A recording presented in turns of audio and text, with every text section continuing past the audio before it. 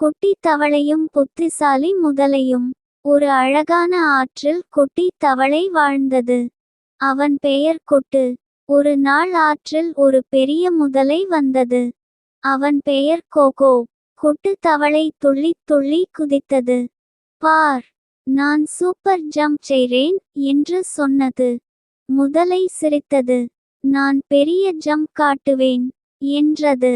முதலை குதிக்க முயன்றது. ஆனால் பிளாஷ், அது நேராக தண்ணீரில் விழுந்தது. கொட்டு தவளை மிகவும் சிரித்தது. முதலை சொன்னது, நான் ஜம்ப் செய்ய முடியாது, ஆனால் நான் நல்ல நீந்துவேன் என்று கோகோ சொன்னது. அதுக்கு கொட்டு சொன்னது, நான் குதிப்பேன், நீ நீந்துவாய் என்றது. அவர்கள் நல்ல நண்பர்களாக ஆனார்கள்.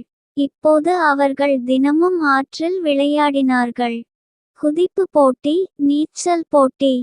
ஆறு முழுவதும் சிரிப்பால் நிரம்பியது. ஒவ்வொருவருக்கும் தனித்திறமை இருக்கும்.